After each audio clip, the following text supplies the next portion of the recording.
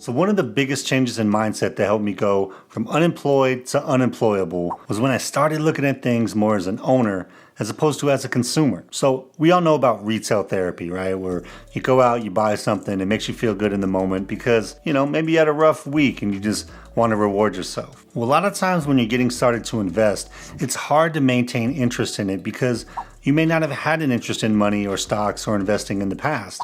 And so anytime you see that amount of money that people tell you to invest, you'd much rather go spend it on something that makes you feel good in the moment, or maybe a vacation for your family, or anything else other than just putting it into some company that you may not understand. And I totally get that, but if you're able to get over that obstacle and look at things in a slightly different way, you can build wealth for your family that lasts for generations. And it's kind of funny because for me, I've kind of gone on the extreme end. Like anytime it's my birthday or Christmas or Father's Day, my wife always gets annoyed with me because she never knows what to get me because there's nothing that I really want. And it's not that I don't like getting gifts or nice things, of course I do, but I get the most excited when I get to buy stocks or Bitcoin or basically any kind of asset that helps us build wealth. And we're actually in Breckenridge, Colorado this week on a family vacation, and we had a great time. Everything was great, but just walking around the town of Breck, it really reinforced this owner versus consumer mentality for me. Because even though I was on vacation in a different state and town than I usually am, I couldn't go anywhere without thinking about businesses as investment opportunities. Even just walking around the town, each shop that we went into had me thinking about the underlying business. Anytime that I see and go to a business that I'm invested in, I get excited. So Starbucks is one of those companies for me. We have Starbucks in our portfolio.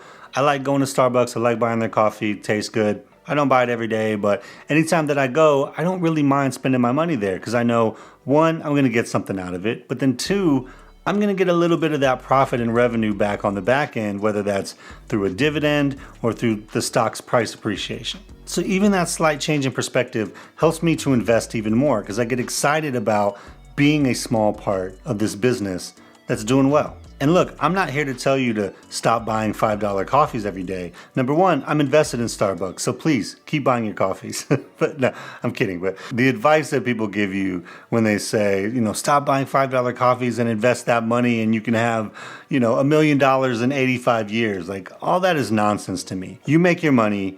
You don't want to cut the things out of your life that you actually enjoy. There's no point in having money and just basically having a miserable life, right?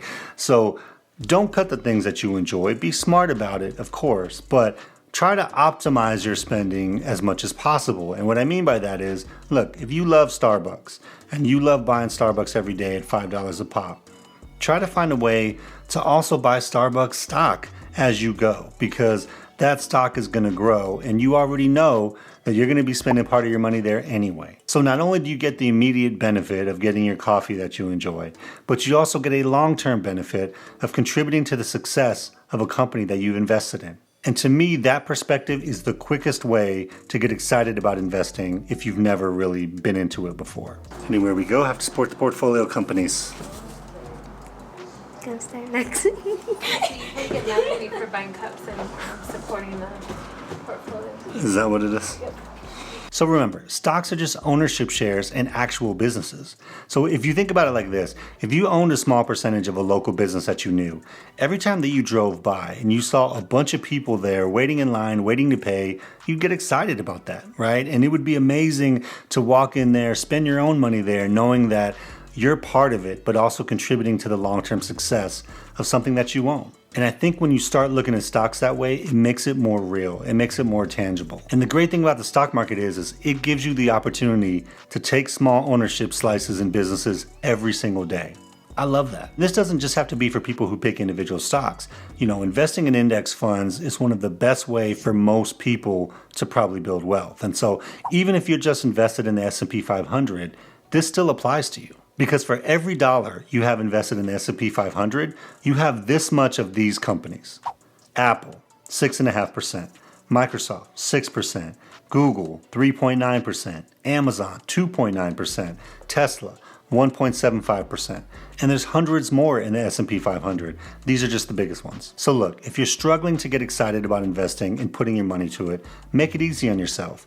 Invest in companies you're excited about. Invest in companies that you believe in and where you spend your money anyway. So that way it's easy to start picking up this mindset of being a part owner in a business that you love. And it may not be the most perfect long-term investment plan for you, but the goal is to get you started and get you excited about it, because over time you can always adjust and tweak to make it better. But if you can get over that initial obstacle of not really being excited about it and not wanting to put your money to it, it opens up so many long-term wealth building opportunities that I can't even explain. It definitely did for me. And then maybe one day your husband or wife will be annoyed at you because you just want to buy stocks.